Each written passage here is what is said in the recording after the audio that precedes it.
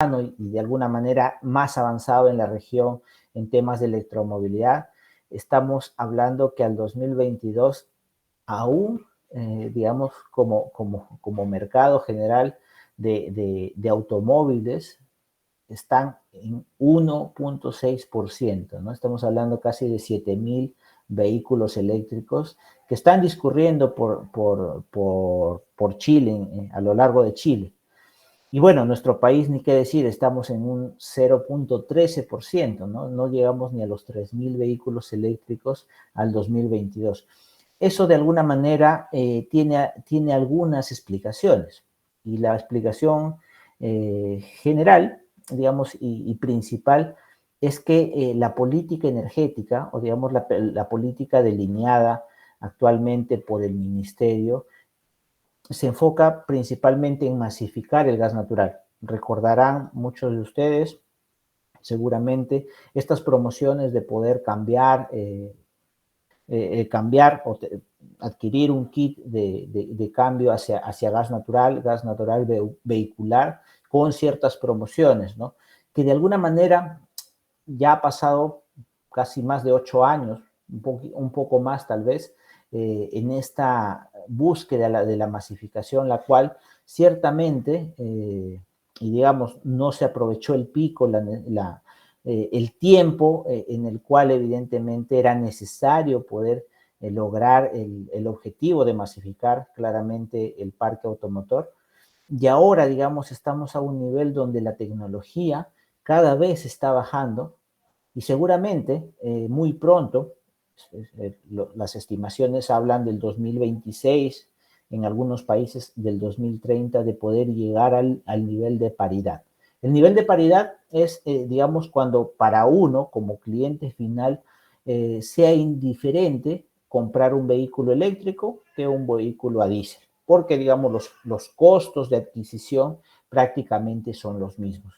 Entonces, tenemos que también evidenciar que necesitamos desarrollar toda una plataforma, todo un sistema tecnológico y un sistema, digamos, de servicios asociados a la movilidad eléctrica para que finalmente ese 2030 no se alargue más, ¿no?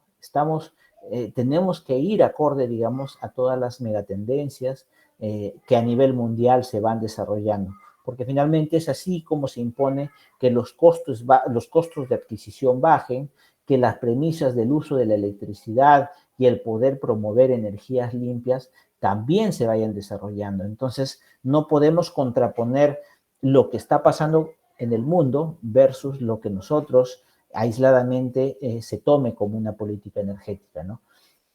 Tenemos que hablar de la transición energética, en la cual evidentemente tienen que coexistir tecnologías, y por el otro lado, tenemos que generar impulsos a través de medidas, de promociones, que el gobierno, digamos, en particular, también tenga que tener este énfasis de poder darlos, ¿no? De poder brindarlos. Es importante, digamos, y acá hay muchísima literatura que los invito a ustedes poder leer, poder analizar. En particular les recomiendo dos literaturas muy interesantes. Una de la IEA, de la, de la Agencia, digamos, Internacional de Energía, que anualmente lanza su Global EV Outlook, en este caso el 2023, y bueno, de Bloomberg NIEF también, ¿no? El Electric Vehicle Outlook, digamos, en los cuales ambos analizan las tendencias a nivel mundial de cómo se están desarrollando cada uno de los segmentos en los cuales, digamos, la movilidad eléctrica tiene cierto enfoque, ¿no? En este caso, en particular, se han enfocado en 4 segmentos: vans y camiones, automóviles livianos, buses eléctricos y, bueno, vehículos de 2 y 3 ruedas, ¿no? Que en particular el tema de los vehículos de 2 y 3 ruedas también es un análisis muy interesante, sobre todo para ciudades como Tarapoto o Pucallpa, el oriente del Perú en particular, porque, digamos, podría tener un éxito sin precedentes si es que se podría enfocar adecuadamente estos sistemas eléctricos de 2 o 3 ruedas. Lo pongo sobre la mesa para que, digamos, académicamente se pueda analizar también. Bien, como pueden observar, digamos, donde está principalmente desarrollándose y dándose el enfoque es lo que les comentaba. El transporte público masivo, digamos, es la punta de lanza que está enfatizando el desarrollo tecnológico de la movilidad eléctrica. Por otro lado, digamos, con un énfasis en esa línea, los automóviles particulares y, digamos, un énfasis que también se está dando actualmente son las vans y camiones. Enfoquémonos, y eso es algo que se tiene que analizar y que se está analizando actualmente, es los vehículos de última milla, ¿no? Estos buses tipo Sprinter que discurren en la ciudad y que al día pues recorren 180, 200 kilómetros diarios, que digamos para ciertas operaciones es ideal poder transformar o migrar tu flota hacia flota 100% eléctrica, ¿no? Como por ejemplo un DHL o un Serpos o cualquiera de estas empresas que brindan estos servicios de última milla. Bien, como pueden ver, el énfasis claramente lo lleva China, lo está llevando Europa también. Estas dos regiones en particular tienen este énfasis principalmente porque, como vimos al inicio, son los que de alguna manera tienen la mayor participación en la producción, en las emisiones contaminantes mundiales. Entonces, al tener esta necesidad, claramente China, como primer promotor de tecnología eléctrica, tiene que dar los primeros pasos en poder cambiar su matriz, energética. Y por segundo lado, el tema de la Unión Europea, porque, digamos, al no tener mayor capacidad energética, ya no tienen caídas de agua, digamos, están inundando todas las regiones de occidente de Europa de paneles solares, del otro lado de energía eólica, por ejemplo. La única forma es poder electrificar su demanda y por esa razón, digamos, el transporte eléctrico es la solución o, digamos, es la que aplacaría de alguna manera en mejor medida estos objetivos que se han puesto y que se ponen anualmente en las COPs respectivas. Entonces, para ir definiendo, digamos, hacia dónde apuntamos y en dónde estamos, a la fecha estamos hablando de alrededor de 25 millones de vehículos electrificados a nivel mundial. Para hacer un símil o un parangón, estamos hablando que a nivel mundial tenemos un parque de alrededor de 1.446 millones de vehículos. Es decir, estamos a 1.7%, digamos, de alcanzar esta meta de electrificar el planeta con vehículos 100% eléctricos. Esto es interesante porque todas las personas seguramente acá que me están escuchando, pues tienen cierto interés en este sector, en el sector transporte. Y por ese énfasis, digamos, tenemos mucho mercado por recorrer, por poder desarrollar. Y eso es interesante porque, como les mencionaba al inicio, no solamente la venta de vehículos es lo que se va a impulsar en los países, sino todos los servicios asociados al transporte. Servicio, por ejemplo, de mantenimiento, servicio de recarga, el servicio inclusive de las baterías. Más adelante lo veremos, pero digamos, en muchos países ya se está desarrollando el swapping, que es yo como comprador o el que adquiere un vehículo determinado, un vehículo de dos, 3 ruedas o un vehículo particular, a mí no me cobran el activo de la batería, porque normalmente las baterías comerciales de vehículos tienen 3.000 a 5.000 ciclos, lo que traducido en tiempo son 8, 10, 12 años, ¿no? Dependiendo del uso intensivo que le des al vehículo, con lo cual, digamos, pasa ese tiempo, pasa esos 8 años, y lo que me toca es hacer un overhaul de batería, colocar un nuevo pack de baterías para que nuevamente tenga una vida útil de 8 años o 10 años más.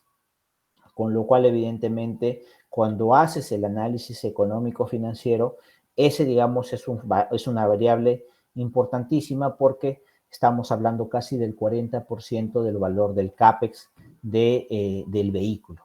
Entonces, es una variable decisoria para que, por ejemplo, empresas energéticas se metan a este tipo de modelos de negocio porque, evidentemente, las empresas energéticas le pueden dar un segundo uso a esas baterías. Esas baterías que, digamos, ya se degradaron en el tiempo, pueden tener un segundo uso en función de poder utilizarlas para almacenamiento de energía a escala industrial, por ejemplo.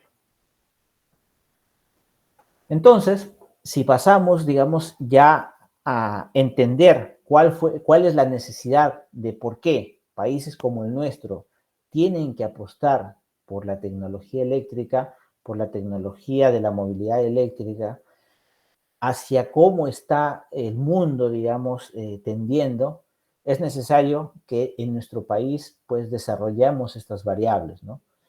La tecnología, la industria, el mercado en general y la regulación. Son tres variables fundamentales que las tres en particular son necesarias para que, digamos, como el nuestro, tengan un desarrollo importante en poder generar negocios, el poder generar, digamos, un mercado atractivo para la movilidad eléctrica. La tecnología como tal está dando pasos muy acelerados. Como pueden ver ahí, en marzo de este año, digamos, CATL, que es la compañía china más grande de fabricación de baterías, sacó, digamos, comercialmente la última serie de baterías llamadas Qilin, las cuales, digamos, prometen un 13% más de potencia, con lo cual, digamos, muchos de los fabricantes de vehículos actualmente están prometiendo digamos, dando ciertas expectativas para poder tener autonomías de casi 1000 kilómetros en recorrido de autopista, ¿no? Eso es fundamental porque, como vamos a ver, la variable que determina la adquisición de un vehículo también parte por la autonomía que el vehículo me genere. Entonces, en esta necesidad, digamos, parten, por un lado, los fabricantes, que, digamos, tienen el know-how y el desarrollo tecnológico tanto del equipo de transformación o de toma de carga de los cargadores eléctricos. Por el otro lado, evidentemente, los vehículos también están sufriendo o experimentando un desarrollo tecnológico bastante acelerado. Y cuando hablamos, pues, de vehículos, como les indicaba, el 40% corresponde en términos monetarios hacia el desarrollo de las baterías. Por eso que empresas como CATL, como AE, como BYD, que también son fabricantes de baterías, están, digamos, poniéndole mucho énfasis en poder incrementar la densidad energética de sus baterías. Es decir, el mismo tamaño, la misma geometría, pero que puede almacenar mayor cantidad de energía y, evidentemente, también disminuir el tiempo de degradación de las mismas. Con lo cual, podemos ver a la fecha, pues, algunos vehículos que, como les indicaba anteriormente, pues ya prometen autonomías casi de 600, 700 kilómetros en una sola recarga. Acá este gráfico es bastante interesante porque, de alguna manera, la capacidad de transformación que tienen estos cargadores eléctricos va a depender, evidentemente, de la autonomía que tengan estos vehículos. Porque acá hay algo interesante, es decir, por ejemplo, un Mercedes EQB no lo puedo cargar con un cargador de 400 kilowatts, ¿no? A pesar de que tenga esa disponibilidad. porque no está preparado, digamos, tecnológicamente para poder recepcionar esa cantidad de energía en el mismo transcurso del tiempo, ¿no?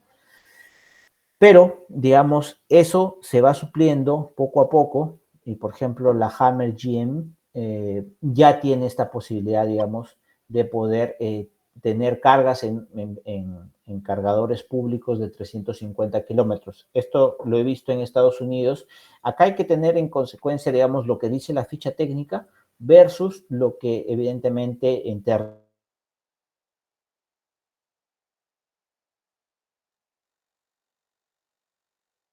ahora, digamos, si tenías una autonomía casi de 500 kilómetros en una sola carga, ¿no?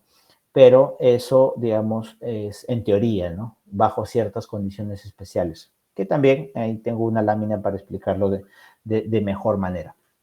Entonces, ¿qué está pasando en la industria? En la industria automotriz, nuevos modelos, es más, la gran mayoría de modelos, y eso es lo que indica la siguiente lámina, bueno, la gráfica acá, es que la gran mayoría de fabricantes de vehículos están apostándole netamente a los vehículos eléctricos. Como pueden ver, casi el último año, el 2021, más de 300 modelos de vehículos salieron al mercado versus pues vehículos a diésel o vehículos, digamos, a combustión interna que no superaron los 10 tipos de modelos en el 2021, ¿no? Entonces, eso me hace indicar, pues, que la gran apuesta y la carrera que todos estos fabricantes tienen es a poder enfocarse en que el mercado ya sea netamente en el futuro 100% eléctrico. Entonces, ya la tendencia, digamos, es ahí y es una tendencia imparable por lo que podemos ver en las gráficas y estadísticas que les menciono. Entonces, nos hemos enfocado, digamos, en la autonomía, en la capacidad de poder cargar. Otro punto que va relacionado a ello es la autonomía. Y eso pasa mucho, digamos, en la toma de decisiones de poder adquirir un tipo de vehículo. Seguramente en el Perú, particularmente, el poder comprar un vehículo pasa por una decisión también de la facilidad de poder tomar tu vehículo y poder viajar, digamos, no sé, a Trujillo o Arequipa, en la cual estamos hablando casi de 600, 700, 900 kilómetros, ¿no? En esa línea, pues, el poder hacer un recorrido de esa magnitud, obviamente, por ahora todavía no lo podemos hacer con un vehículo eléctrico, salvo que haya, digamos, ciertos puntos de recarga intermedia, los cuales a la fecha todavía no existen. Digamos, el más lejos para el sur lo tenemos en Mala, pero un cargador, digamos, para unas necesidades rápidas, pues lo tenemos en el Grifo Quío, ¿no? Al sur, digamos, de Lima. Lo cual evidentemente no te va a dar pues para cargar hacia Arequipa, por ejemplo, ¿no? Entonces, esas limitantes que actualmente se tienen, las estrategias, digamos, gubernamentales parten porque ellos tienen, ellos, y hablo, digamos, del Estado como tal, tienen que prestar las condiciones necesarias para que se desarrolle todo un sistema de recarga pública. Lo que se está haciendo en la Unión Europea, lo que se está haciendo en Estados Unidos, digamos, y que, digamos, esta capacidad de facilidad de poder cargar tu vehículo no sea un limitante para para la adquisición del mismo.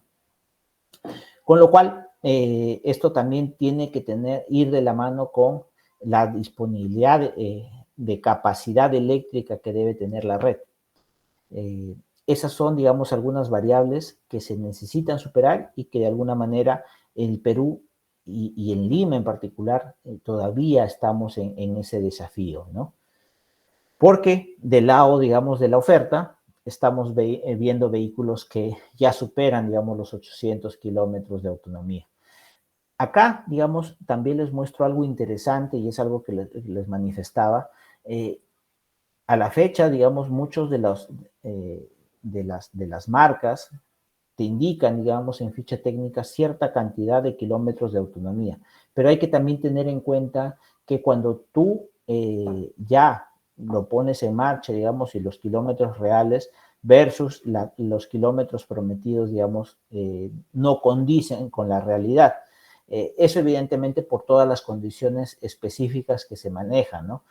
¿Qué pasa si yo manejo con aire acondicionado? ¿Qué pasa si la temperatura, digamos, del ambiente es agreste? Estamos hablando de menos, no sé, -2, -3 grados centígrados.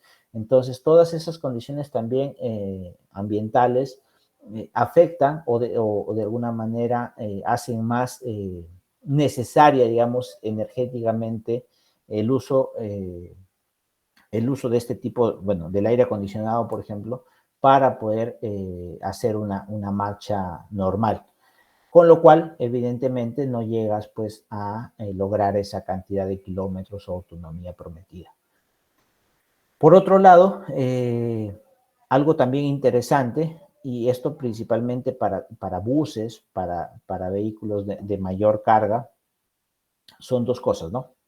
Uno, lo que ya comentábamos, la autonomía. En el caso de los buses también, digamos, están yendo a esa tendencia. En el caso de Iveco, por ejemplo, la marca Iveco, en el 2021 rompió un récord de casi 543 kilómetros recorridos en una sola carga, ¿no?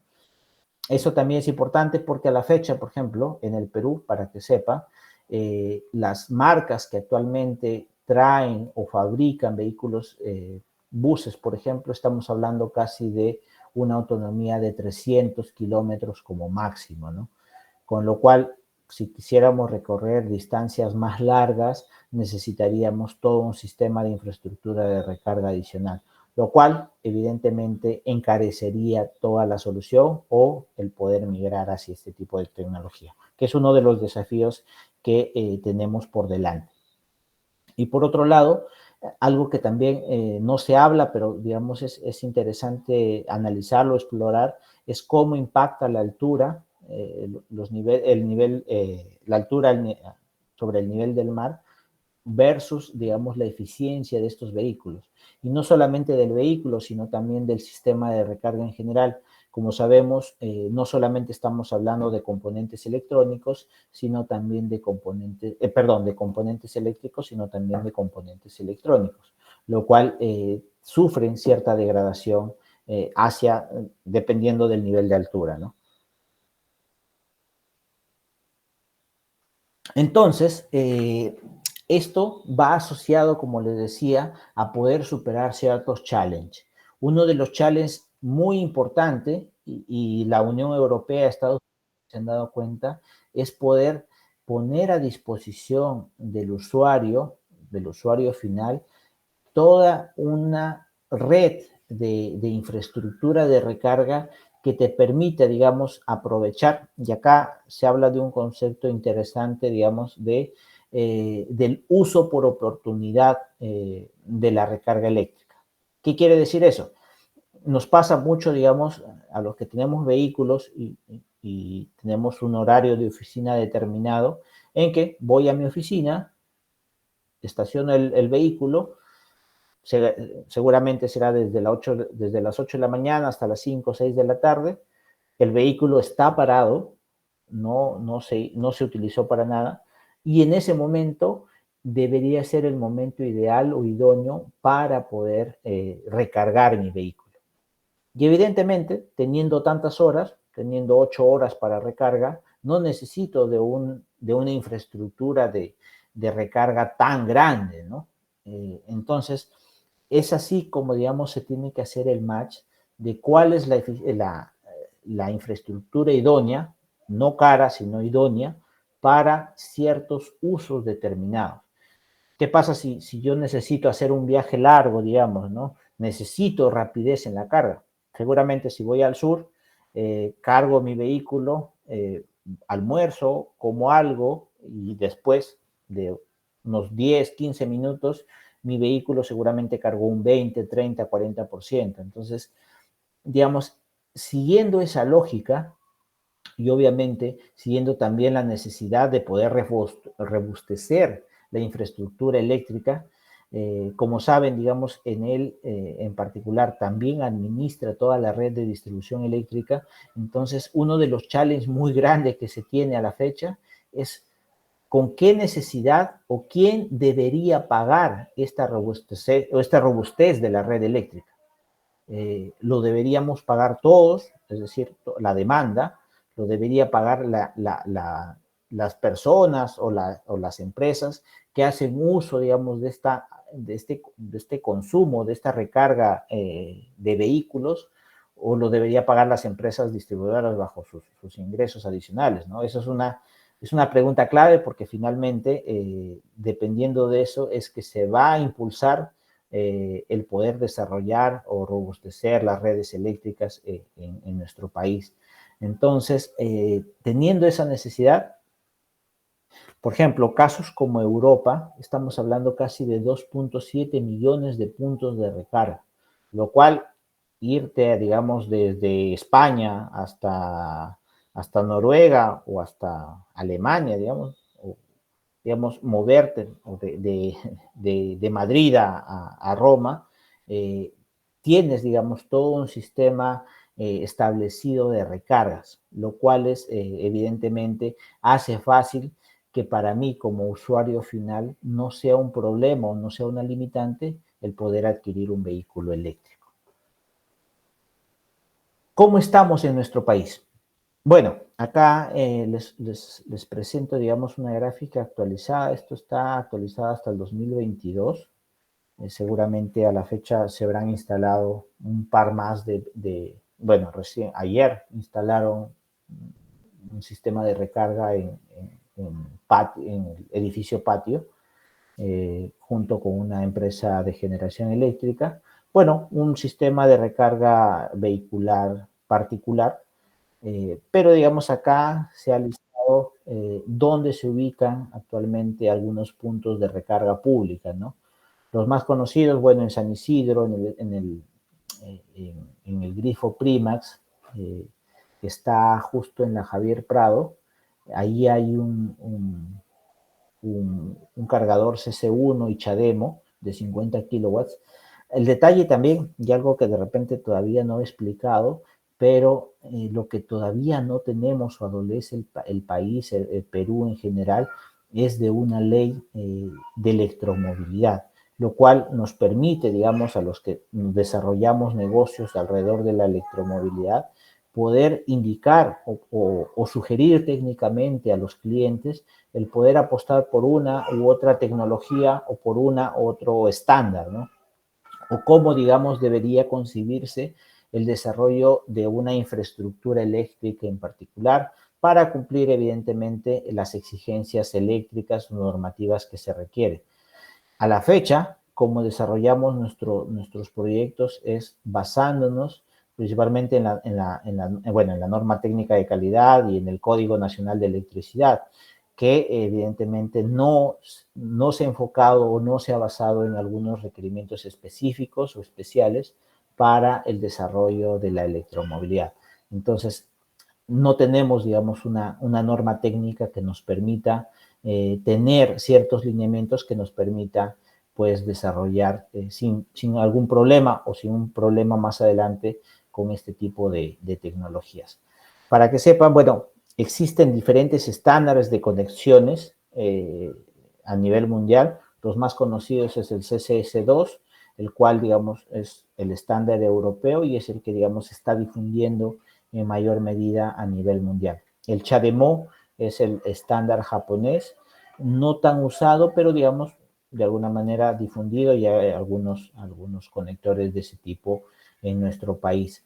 Otro, digamos, que también es un estándar bien conocido es el GBT, que es el estándar chino, particularmente porque, digamos, las empresas chinas también buscan promover su estándar.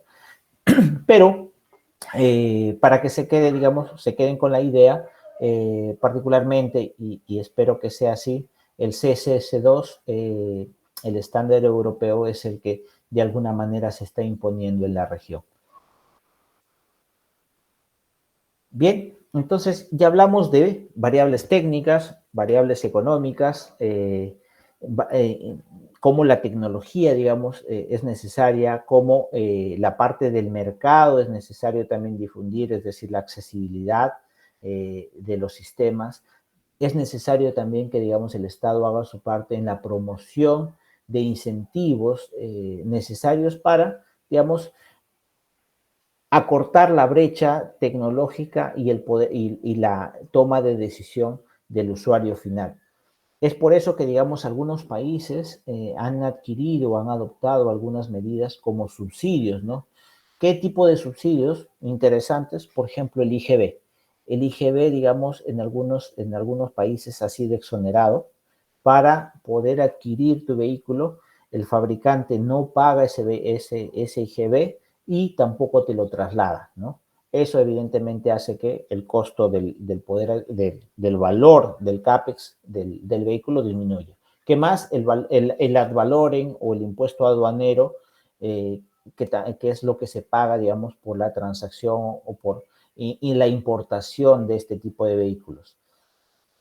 De alguna manera acá teníamos una normativa de ese tipo en la cual se premiaba o de alguna manera se exoneraba de este tipo de impuestos, pero solamente por un determinado tiempo, que fue en la época de la pandemia, ¿no? Que evidentemente en ese tiempo nadie importaba o importaba muy poco vehículos eléctricos. Entonces, eso, ¿qué más? Hay excepción de peajes, por ejemplo, parqueos preferentes para vehículos eléctricos, algunas excepciones de restricción vehicular, no sé si se acuerdan, pero en la época de la pandemia, digamos, martes y jueves y sábado discurrían algunos vehículos con placa par, placa impar, ese tipo, digamos, de medidas en la cual un vehículo eléctrico no tiene ese tipo de restricciones, o algo muy importante, que son las tarifas eléctricas, ¿no? Las tarifas eléctricas diferenciadas apoyan muchísimo porque, como pueden observar, si bien es cierto, el valor de la adquisición de un vehículo puede ser 100 y el valor de adquisición de un vehículo a diésel a gasolina puede ser 50, pueden ver que hay una diferencia casi del doble, pero cuando estamos hablando, digamos, del ahorro energético, pues estamos hablando casi de 5 veces menos, ¿no? Entonces, digamos, ecuación y ese análisis de poder considerar no solamente el valor de adquisición, sino también todos los costos asociados al uso en la operación, permiten, digamos, ver ya a grandes rasgos que la tecnología eléctrica ya actualmente puede ser rentable en nuestro país. Entonces, ya analizando, digamos, estos puntos, vamos ya, digamos, enfocando y para ir, digamos, terminando la ponencia, aspectos importantes que hay que considerar. Variables técnicas y comerciales, digamos, de los vehículos eléctricos. Como seguramente se han enterado o seguramente han leído las noticias, pues Chile y en particular Colombia son los dos países que han apostado muchísimo por poder transicionar su flota tradicional de buses diésel hacia buses 100% eléctricos. En el caso de Chile, pues en el Transantiago, y en el caso de Colombia, en el Transmilenio, ¿no? Esos dos casos de éxito, digamos, los conozco bastante bien, lo hemos analizado internamente en la compañía y son casos que, digamos, es importante que nosotros lo conozcamos como investigadores o como estudiantes o, digamos, los que estamos inmersos en la industria, porque si un país en verdad quiere apostar por desarrollar la tecnología eléctrica, necesariamente tiene que enfocarse fundamentalmente en el transporte público masivo, porque es ahí donde, digamos, los números económicos, financieros, hacen que cierre, digamos, la operación, pueda ser económicamente viable.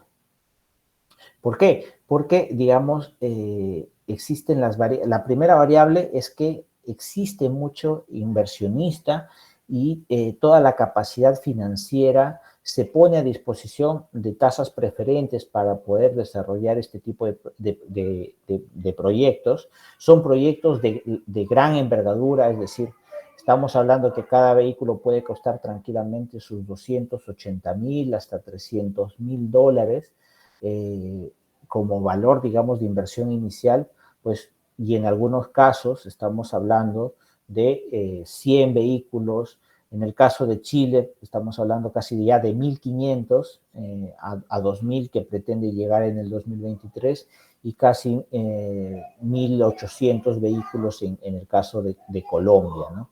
Entonces, estamos viendo pues de un inmenso valor de inversión que se tiene que generar para que este tipo de proyectos tengan cierta viabilidad. Pero, y esto quiero que lo podamos recalcar, se necesita que el Estado genere las garantías necesarias, las garantías soberanas, para que inversionistas tengan la predictibilidad, digamos, en los pagos. ¿Qué es lo que pasa con una concesión, no? Una concesión en la cual a mí me genera, digamos, la estabilidad jurídica para poder generar este tipo de proyectos.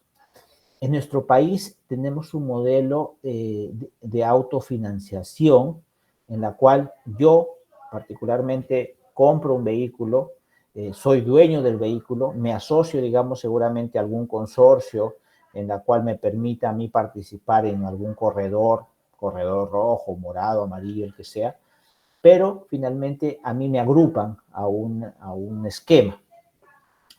Pero, digamos, esa falta de predictibilidad y el alto riesgo que eso conlleva, porque en algunos casos pasa que yo no tengo, digamos, carriles exclusivos, por ejemplo, lo que hace que mi demanda no sea predictible y con lo cual, pues, mi inversión sea incierta en términos de recupero. Todas esas variables inciertas hacen que muchas empresas, y como les remarqué, estamos hablando de una inversión bastante cuantiosa, no puedan apostar pues, por desarrollar este tipo de esquemas en nuestro país si es que no se tienen esas garantías soberanas de parte del Estado. ¿Y qué significa tener esas garantías? En sencillo, que el Estado dé la tranquilidad al inversionista de que ante alguna eventualidad, como puede ser, no sé, una disminución de la demanda, o puede ser, digamos, que aparezca un COVID en algún momento durante la operación, lo cual restrinja la demanda de pasajeros y lo cual, evidentemente, la empresa que hizo esta inversión no pueda perjudicarse o de alguna manera puede extenderse los plazos o algún reconocimiento en general, ¿no? Se puede crear una estructura que, digamos, determine que eso sea mitigable, pero lo que sí se necesita es que el Estado, digamos, ponga de su parte para generar esas garantías necesarias. Esto lo vamos pasando rápido, digamos, acá lo que quiero indicar es que a lo largo del tiempo las baterías siguen bajando, la tecnología sigue disminuyendo, la batería, digamos, el esquema de batería tiene variables, variables de los recursos, el recurso primario es importantísimo, el litio, el níquel, el cobalto, el manganeso, hay que ver de dónde vienen y eso puede ser materia, digamos, de otra ponencia en la cual hablemos de toda la logística de las materias primas para el desarrollo de tecnología energética, por ejemplo.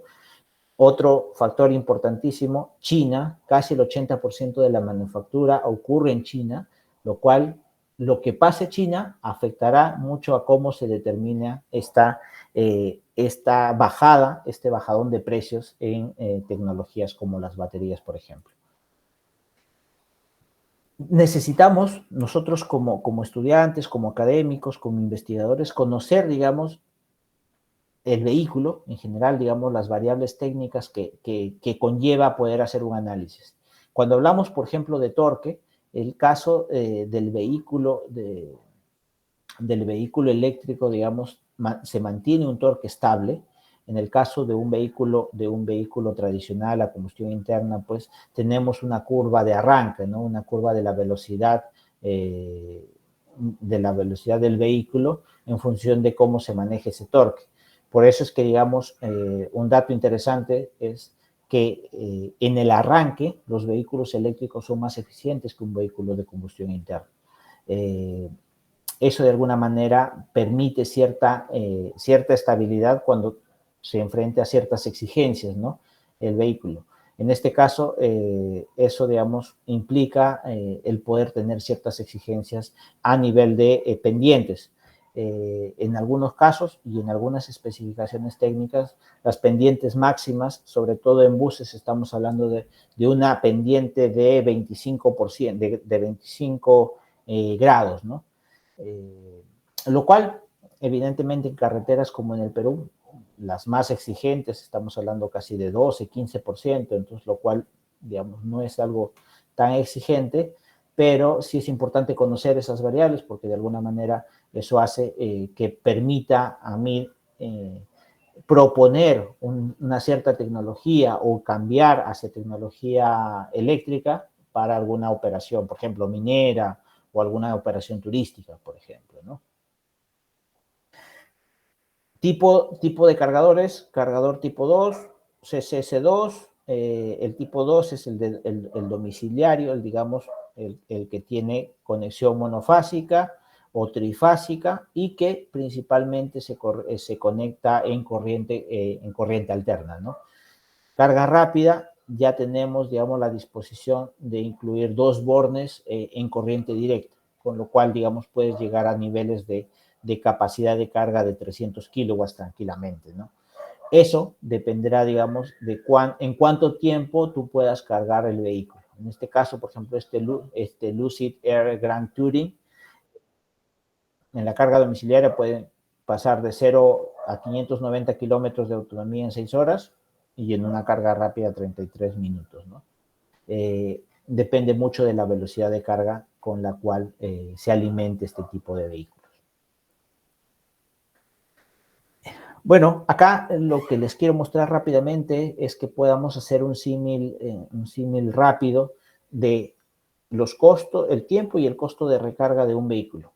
Costo de un vehículo Ioniq Hyundai, estamos hablando casi de 92,000 soles, con una autonomía de 311 kilómetros.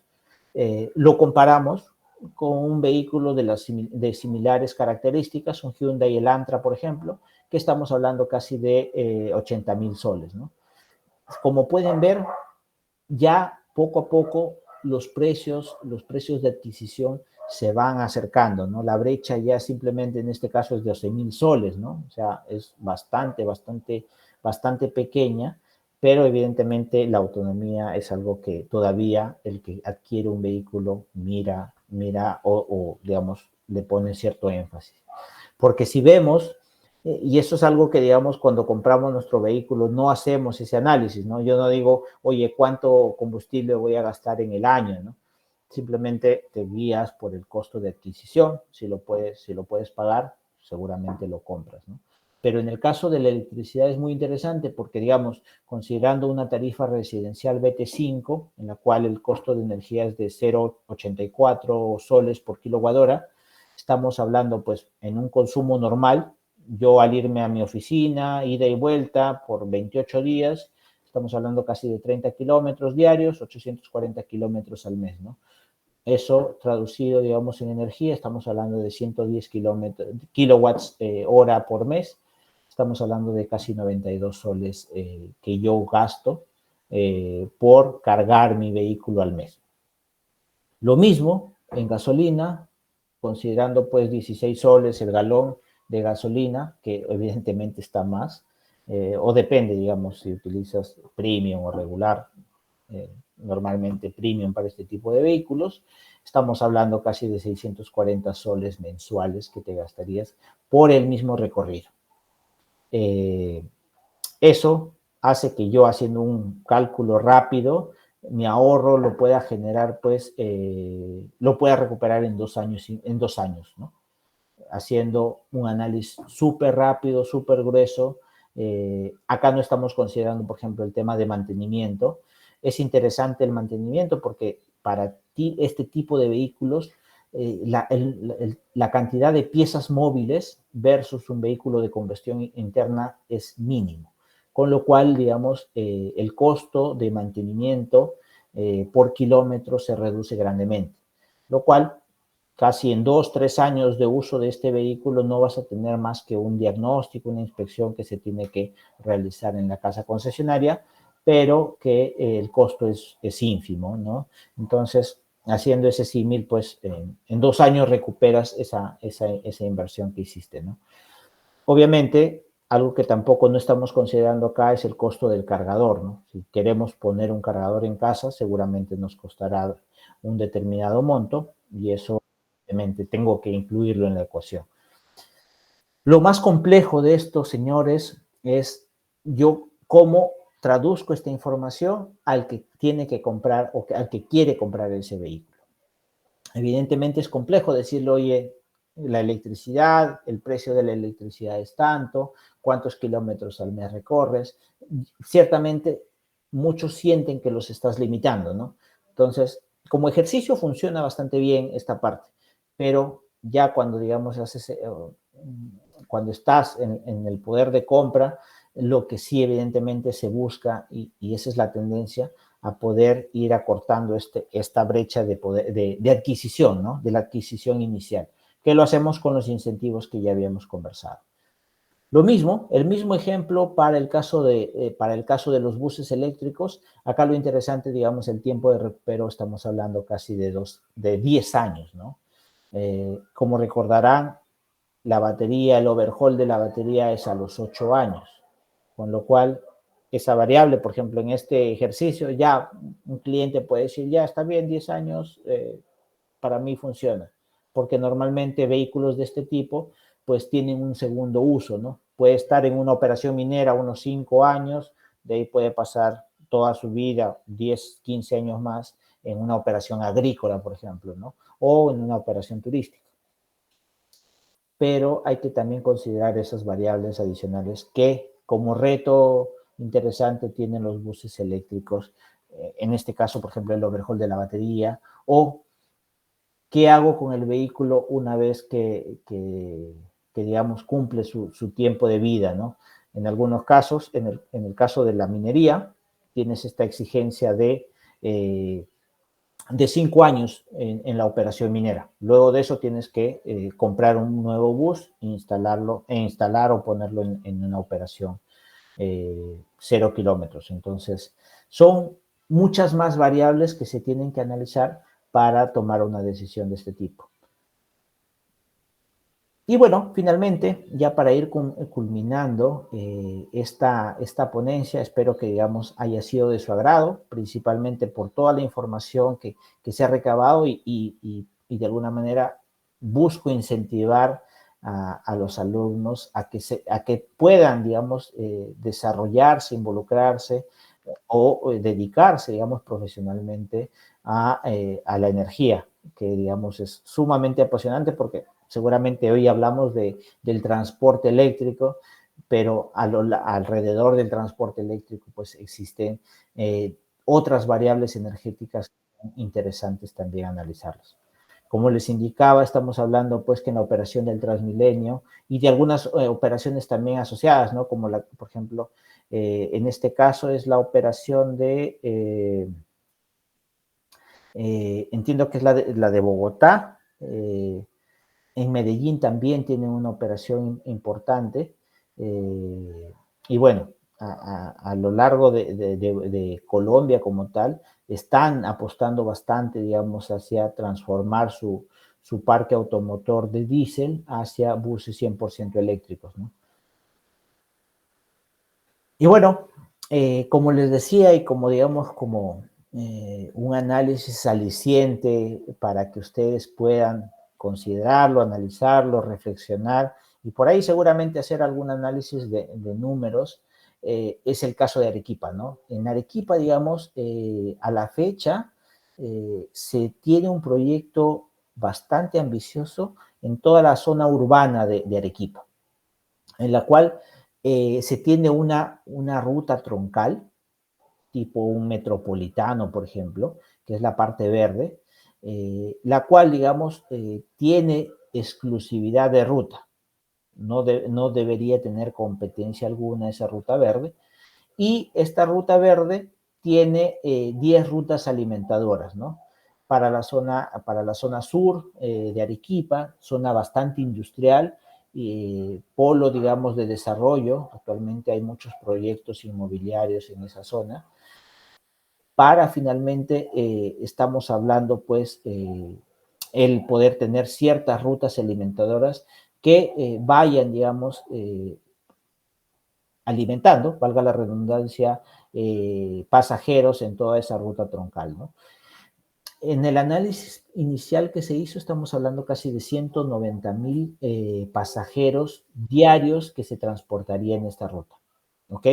Para lo cual, digamos, en los estudios preliminares, en Arequipa se tiene el Sistema Integrado de Transporte, que digamos es la institución o el ente que está buscando formalizar, al igual que acá en Lima, el Callao, el ATU, en provincia, esta disposición parte de la municipalidad provincial. Y bueno, haciendo estos análisis se hablaba casi de un promedio de 100 buses que se necesitan para esta ruta, ¿no? Con lo cual puedes transportar en cada vehículo 80 pasajeros y estamos hablando casi de 10 vueltas diarias que podría dar este sistema troncal. Variables importantes, y esto más ya para el análisis económico-financiero, se estaba hablando de 16 años de plazo de concesión. ¿Por qué? Y eso es interesante, como recordarán, estamos hablando de 8 años de batería, con lo cual, si yo tengo un segundo pack de baterías, me puede tranquilamente durar esos 16 años sin problema. ¿Qué más? Algo que en provincia pasa mucho es las tarifas del servicio de transporte público están desactualizadas. Se está buscando, digamos, y eso es un poco lo que también los empresarios del transporte público actual buscan, es incrementar esa tarifa por lo menos a sol 50, digamos, con lo cual también le daría cierta viabilidad económica y sostenibilidad a este tipo de proyectos, ¿no? Los ingresos, digamos, son por dos razones. Uno, por la cantidad de pasajeros que se transporta y otro, por los kilómetros recorridos de este tipo de estos buses. ¿Ok? ¿Qué necesito? Necesito carriles priorizados, prioridad semafórica, sistema de pago a bordo y paraderos con chasis alto.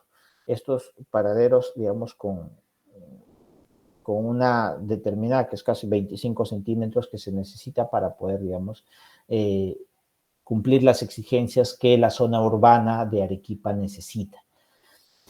Esas variables, digamos, ¿en qué estatus se encuentra actualmente? Se hizo un cambio de gestión, actualmente sigue siendo esto materia de análisis, pero recuerden lo que les dije, necesito garantías del Estado para que empresas, digamos, o inversionistas apuesten por este tipo de proyectos. A la fecha, lamentablemente, no se tiene ese esquema y parte ya más de un tema ya de política nacional el poder implementar ese tipo de garantías soberanas, ¿no?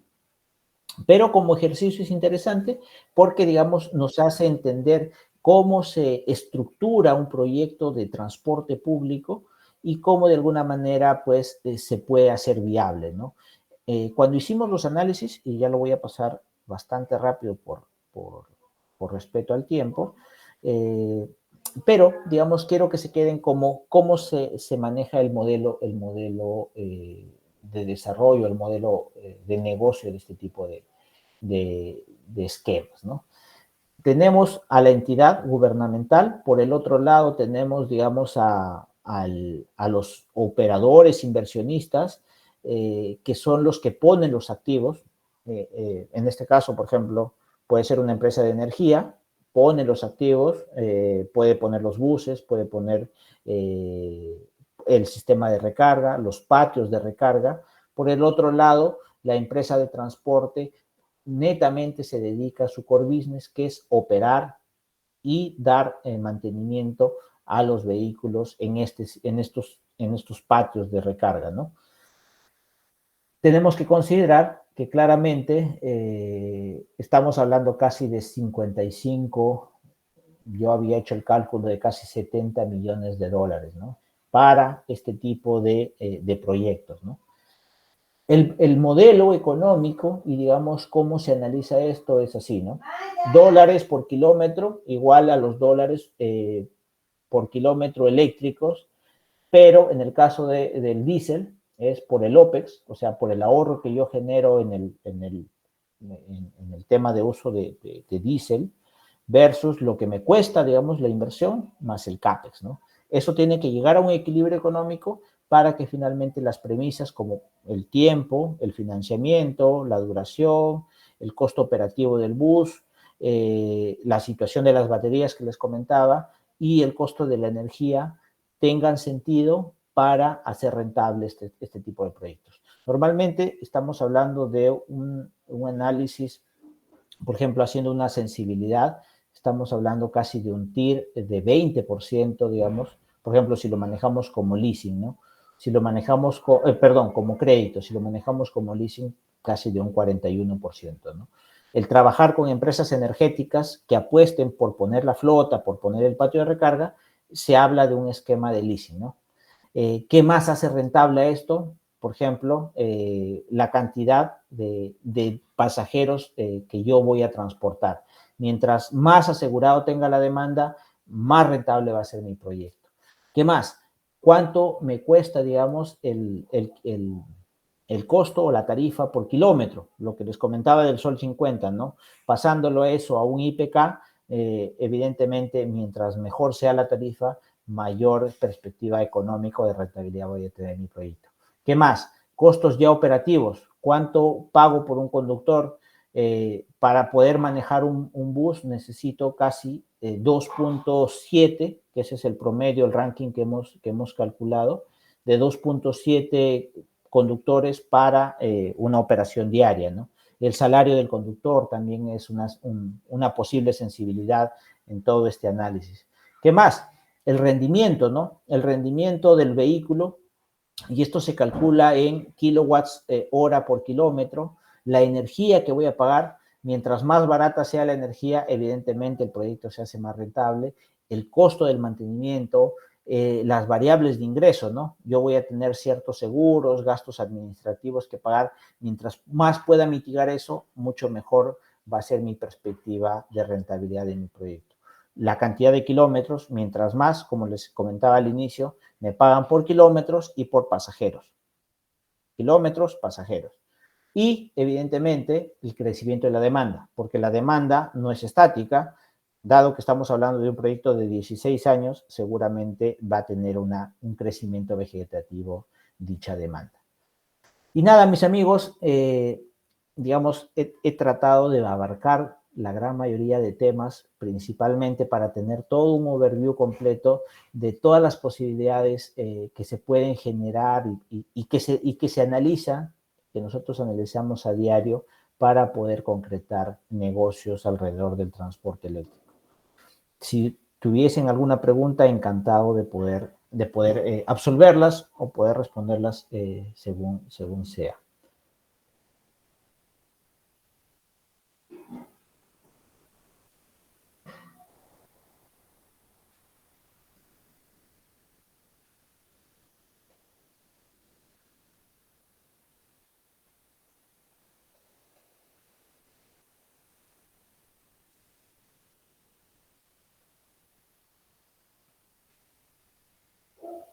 Ingeniero, muy buenas noches. Muchas gracias por la ponencia. Al parecer hay preguntas en el chat.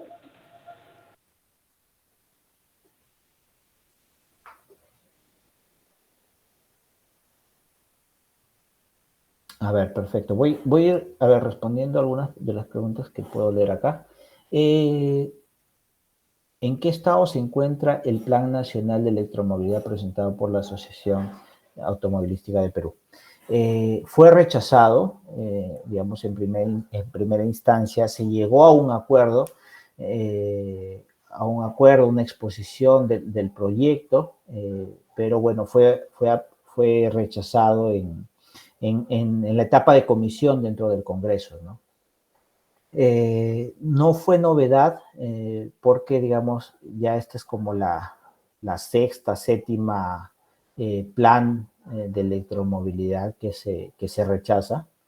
Es más, el ministro de Economía se pronunció al respecto y bueno, él hablaba de un costo, bajo las premisas que se plantearon en ese Plan Nacional de Electromovilidad, pues que el costo para el erario público iba a ser casi de 20.000 millones de soles, ¿no? ¿Cuál es mi posición? Bueno, personalmente y profesionalmente hay que tener siempre una estrategia, digamos, de lo que se pide versus lo que se necesita, ¿no? A veces el pedir mucho hace que, digamos, crees muchos anticuerpos, sobre todo porque estamos hablando, digamos, de mucho dinero involucrado, ¿no? Y hay muchos agentes que también, de alguna manera, son detractores de la electromovilidad, como podría ser, digamos, el gas natural, por ejemplo, ¿no? ¿Qué se espera? Se espera claramente que haya un plan nacional de electricidad. Es necesario por el lado técnico, por el lado de los incentivos, por el lado también del pronunciamiento y especificación de cómo va a ser nuestra política energética a largo plazo, que también, digamos, eso se necesita actualizar y definir. Ok, a ver, vamos por acá. Buenas noches con todos, saludos desde Quantum Motors. Ok, un pequeño cherry. ¿Cuál es acá hay una pregunta de Erwin Ronaldo. ¿Cuál es el enfoque actual para el manejo y el reciclaje de baterías de vehículos usados? Ah, interesante.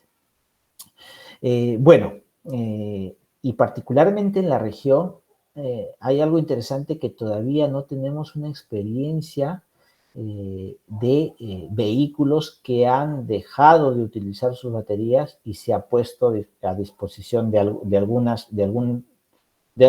segunda vida útil, ¿no? Colombia, Chile, estamos hablando casi de 5 o 7 años, digamos, de rodaje que actualmente tienen sus vehículos, pero vamos a llegar a ese punto. Acá, digamos, hay dos enfoques interesantes. Por un lado, el fabricante de baterías, de alguna manera, tiene una estrategia. Por ejemplo, CATL está buscando tener contratos de respaldo con, digamos, estas concesiones para que ellos sean los que adquieran estos vehículos, este reciclaje de baterías y les den una segunda vida útil, ¿no? Muchos de ellos, pues, evidentemente lo pondrán en productos electrónicos de menor usabilidad de estas baterías, o en otros casos, digamos, más interesantes, como por ejemplo, nuestros pares de Brasil están buscando hacer un proyecto de peak shaving con alguna industria para el uso de estas baterías, ¿no? Es decir, armar clústeres de baterías para poder almacenarlas, cargar en la mañana y usarlos en la hora pico. Ese tipo, digamos, de proyectos seguramente se van a dar.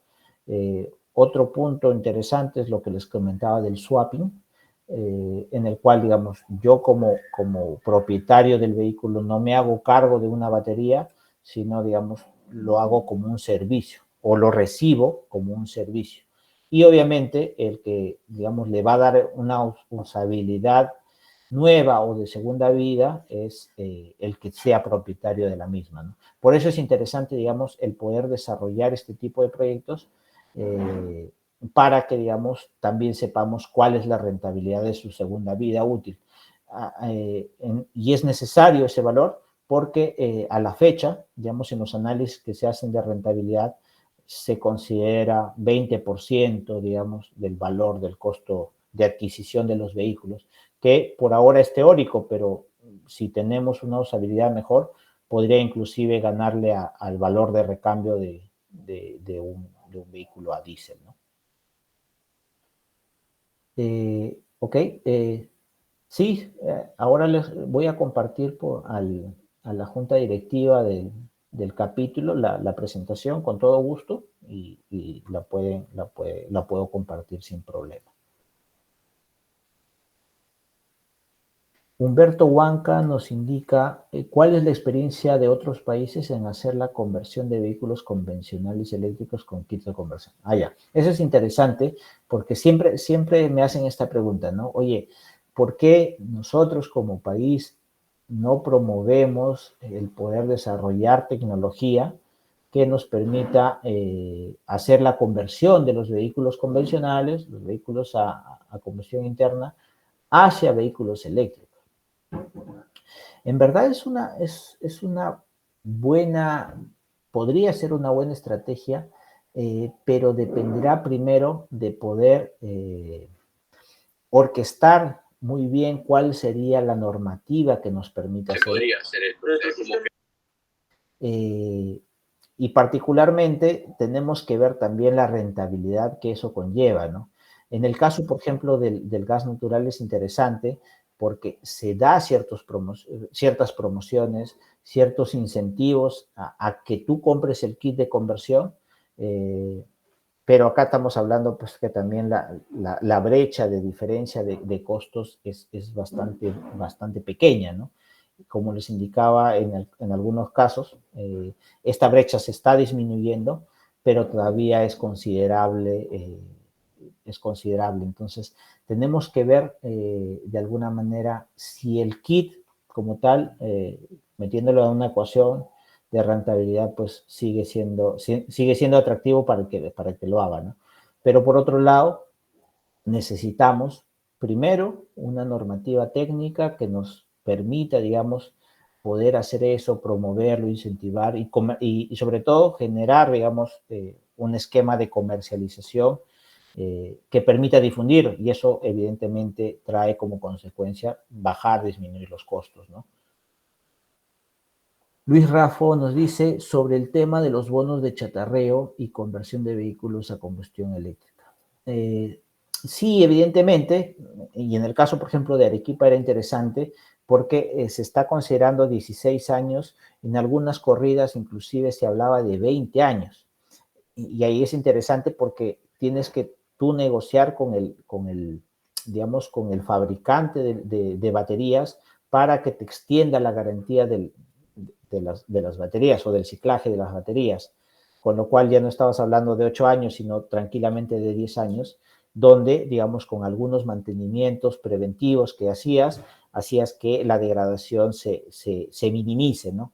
Evidentemente no se elimine, pero se minimice para que, digamos, todavía pueda tener esta usabilidad dentro de una operación normal. Y en ese caso, por ejemplo, se consideraba ya a los 20 años pues que el vehículo se depreciaba, ¿no? O sea, entraba, digamos, al chatarreo, que para esos casos de repente no, o sea, no hay, es marginal, digamos, este tipo de bono de chatarreo, pero para lo que comentan, ¿no? Si le puedes dar una segunda vida útil a un vehículo, digamos, ya en desuso o por antigüedad, y puedes tener estos incentivos de conversión de vehículos de combustión a eléctricos, tendría cierta razonabilidad técnica y económica, ¿no? No se descarta, es más, entiendo que en la UNI se está trabajando algunos proyectos de investigación de ese tipo, de poder trabajar, digamos, kits de conversión, eh, pero lo que siempre digo, ¿no? Hay que estandarizar o poder orquestar, digamos, el mercado para que, digamos, algo se pueda difundir, ¿no? Si no, lo único que va a pasar se va a quedar como un bonito proyecto de investigación, pero no va a tener una viabilidad comercial como tal, ¿no? Abraham Márquez nos dice, ¿cuál es el precio del kilowatt hora en Perú? Ya, creo que sea mucho más económico conducir con automóviles eléctricos, pues acá donde resido el precio es de un kilowatt hora es de 0,88 reales céntimos, ok. En cuanto al precio del litro de gasolina estamos arriba de, ya. Acá más o menos en Perú, digamos, pasándolo a dólares, para que tengas alguna referencia, Abraham, estamos hablando que estamos en digamos, para la tarifa residencial, ¿no? Estamos hablando de $170 el megavatio hora. Ese, digamos, es el precio residencial, que es casi 0.84 soles por kilowatt hora, ¿no? Y bueno, evidentemente el galón el galón de gasolina, acá estamos $16, casi 4 o 5 dólares el galón de gasolina, ¿no? Obviamente son precios referenciales porque evidentemente si compras pues en mayor volumen vas a tener unos mejores precios, pero sí, Perú en particular tiene precios de energía eléctrica muy competitivos. Eso hace que, digamos, por lo menos estemos hablando casi de 6 veces de ahorro respecto al diésel o a la gasolina, ¿no? Entonces, por el lado operativo, los costos operativos, sí es muy, muy rentable el poder virar hacia una tecnología 100% eléctrica. Luis Raffo nos dice, ¿cuál es el país pionero que tiene todas estas políticas energéticas y que podemos verlo como referente? Interesante. Bueno, bueno, te hablo del mercado que por lo menos conocemos, de los países donde la empresa que actualmente trabajo venimos desarrollando. En la región, claramente te hablo como referente Chile, Colombia. Chile porque, digamos, de alguna manera va desarrollando o actualizando su normativa hacia poder promover el uso de estas nuevas tecnologías, porque evidentemente no tiene diésel, no tiene gas natural y que tiene que importarlos, ¿no? Y que de alguna manera eso hace que incentiven en mejor medida que la normativa vaya en favor del mercado. Colombia de alguna manera también va en esa línea. México también, digamos, ya tiene casos de éxito bastante interesantes. El mismo Brasil, de alguna manera, se ha relegado en la región, pero que evidentemente también va en esa misma línea, ¿no? Ellos tienen el biodiesel, el etanol, como algo también, digamos, un caso de estudio bastante interesante, pero que digamos, al eléctrico todavía están, digamos, haciendo estos análisis o necesidad de poder promover un mercado evidentemente más grande, ¿no? Los estados brasileños sí, digamos, es un mercado mucho más grande y más complejo, ¿no? Noruega es uno de los países más avanzados, sí, efectivamente, pero Noruega también hay que tener en consideración pues que es un país muy rico, ¿no? Es un país que digamos, el, el PBI pues per cápita es uno de los más altos a nivel mundial, ¿no? Entonces, o sea, el común denominador se compra un Tesla, entonces el poder cambiar tu vehículo cada 2 años también, no sé si en la región lo podamos hacer, ¿no? Entonces, hay variables exógenas que de repente no las podemos analizar o comparativamente no las podemos trasladar a nuestra región, a nuestras latitudes. Pero algo que, por ejemplo, sí Noruega hace bastante bien es el tema de la accesibilidad a la recarga, ¿no? O sea, tiene espacios a lo largo de Noruega, Oslo, la capital en particular, o sea, tipo grifos en nuestros países, podemos tener estas cargas, ¿no?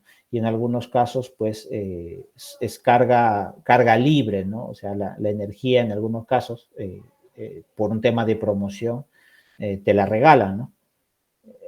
Ahí también hay otro tema. Noruega, pues casi el 90, el 80% de su energía lo genera con recursos hidroeléctricos, por ejemplo, ¿no? Entonces también tienen energía sumamente barata. Cuando analicemos, digamos, las comparaciones con otros países, siempre hay que entender, digamos, el concepto general para ver qué podemos aplicar y qué no podemos aplicar. Les suelto un dato adicional. Acá en el país, pues, tenemos el gas natural barato, porque es un gas natural con precios regulados, ¿no? lo cual evidentemente, si es que hubiésemos empezado una política energética de gas natural, de la masificación de gas natural hace 10 años, seguramente ahorita ya hubiésemos pasado ese nivel de desarrollo y el gobierno no estuviese todavía recién empezando a incentivar ello, sino ya seguramente otras tecnologías, ¿no? ¿Cuál sería la estrategia para abrir mercados dirigidos hacia la electromovilidad? Nuestro aire es el peor de la región, efectivamente, y a su vez el gas es el combustible de transición, pero en algún momento se acabará. Totalmente de acuerdo, Luis Rafo. Sí, y a veces, muchas veces, las personas, digamos, que toman los decision makers, las personas que toman decisiones, dicen, el Perú, digamos, el impacto que generaría en poder tener políticas o de sostenibilidad o medioambientales no, no generaría un impacto mayor digamos, a nivel mundial, ¿no? Pero ahí hay que tener mucho cuidado porque, como les comento, los estragos o, digamos, las repercusiones directas de lo que pase a nivel mundial con el cambio climático, a uno de los países que más afectaría es al Perú. Y lo estamos viendo seguramente en enero, ahora con esto del Niño, también vamos a tener esos problemas, ¿no? Entonces, lo vamos a ver en mayor evidencia, esos estragos que se va a sufrir, ¿no? Y que cada vez son más recurrentes. Entonces, ¿cómo abrir muchos más mercados? Bueno, una de las, digamos, de las incidencias que se está viendo y, digamos, como tendencia general, es que las empresas en particular están teniendo ya políticas de sostenibilidad mucho más agresivas. Ya no es solamente una moda, una tendencia de hablar de la sostenibilidad y ello, sino ya es una política necesaria para poder ser competitivo en el mercado. Muchos de los agroexportadores, de las empresas que exportan sus productos, tienen que cumplir estas exigencias. Anualmente tienen que cumplir estándares de sostenibilidad, y KPIs o indicadores que les permiten, digamos, ser competitivos con sus pares en otras latitudes. Entonces, ya no solamente se va a ver como algo que tengo que cumplir, sino como una exigencia para ser competitivo en el mercado. Otro tema interesante, digamos, es cómo la banca te va a permitir acceder a préstamos verdes, a préstamos sostenibles, con lo cual, evidentemente, va a desincentivar que muchas de las empresas inviertan en tecnología que generen de alguna manera contaminación al medio ambiente. Entonces, esas variables, digamos, se tienen que capitalizar para poder abrir más mercados alrededor de la electromovilidad. La electromovilidad es fundamental, digamos, porque afecta o impacta directamente en una de las variables que más contamina en los países. Acá en el Perú también, no estamos exentos. O sea, nuestro transporte automotor es uno de los más antiguos de la región, ¿no? Seguramente más de 25 años en promedio, ¿no? Entonces, necesitamos, digamos, tomar acciones. Lamentablemente no podemos esperar a que el Estado tome cierta participación o acción prioritaria en estas políticas, pero sí, digamos, desde el lado del mercado se tienen que dar estas condiciones necesarias para poder gatillar y abrir mercados como indica Rafa. Alberto me dice, tiene que ver mucho la toma de decisiones del... Sí, evidentemente, o sea, y lo estamos viendo con el tema del Plan Nacional de Movilidad, ¿no? O sea, es necesario, es fundamental orquestar, estandarizar la reglamentación, digamos, las condiciones técnicas necesarias para que un inversionista tome las decisiones tranquilamente, con cierta estabilidad regulatoria. En nuestro país, digamos, es la falta de esa toma de decisiones nos hace que ahorita nos preguntemos qué es lo que debemos impulsar, el gas natural, las energías renovables, no sé si han visto últimamente, pero se está hablando de impulsar la industria petroquímica. O sea, las personas que, digamos, estamos involucradas en el sector energético, en verdad lo vemos con malos ojos que quiera hablarse de todo y después no hacerse nada, ¿no? Creo que al inicio de este año se habló de poder licitar nuevamente el gasoducto al sur. Eh, Seguramente seguirá siendo otra promesa más, ¿no? Entonces, hay muchas cosas que en el discurso está bien, pero si no se toma una acción o no se toma una decisión o no se define una política energética en un país, vamos a sufrir que, como dice Luis Raffo, el recurso se acaba y de ahí no tienes tiempo para poder reaccionar, ¿no? Como hoy día acababa de leer en LinkedIn, al 2030, o sea, el 2030 todas las decisiones que tú tomes ya estás tarde, ¿no?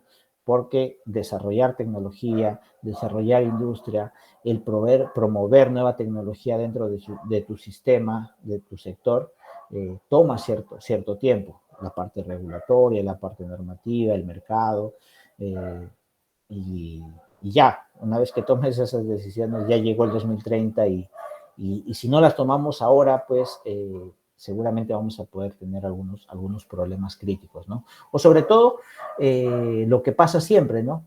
Tomar decisiones no eficientes que al final repercute, digamos, en las tarifas o en sobrecostos hacia el usuario final. Ok, perfecto. Creo que ya no hay más preguntas. En verdad, la he pasado muy bien.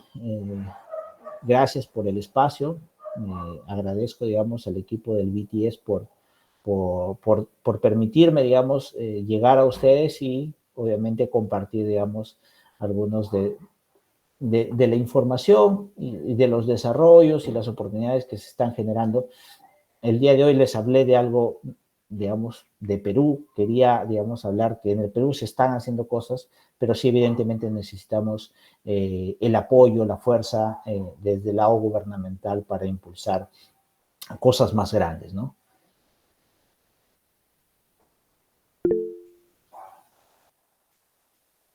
Sí, ingeniero, buenas noches. Hola Raúl, ¿qué tal? Ingeniero, bueno, agradecerle de verdad por la ponencia muy interesante. Y sin duda, pues la transición energética es algo ya del presente, ya no es algo del futuro. Y bueno, nada como verlo desde el lado de la electromovilidad, ¿no? Lo cual nosotros bastante promovemos como capítulo. Y bueno, también comentarle un poco, nosotros como el proyecto Electromovilidad Uni estamos proponiendo pues electrificar la universidad y poniendo puntos de carga dentro de nuestro sector, así como rediseñar nuestro transporte público, que es la burrita, la burra para que sea eléctrica. Usted, pues, ¿cuán factible lo ve desarrollar ese proyecto a mediano y a corto, o sea, y a mediano y a largo plazo, ¿no? Dentro de la universidad.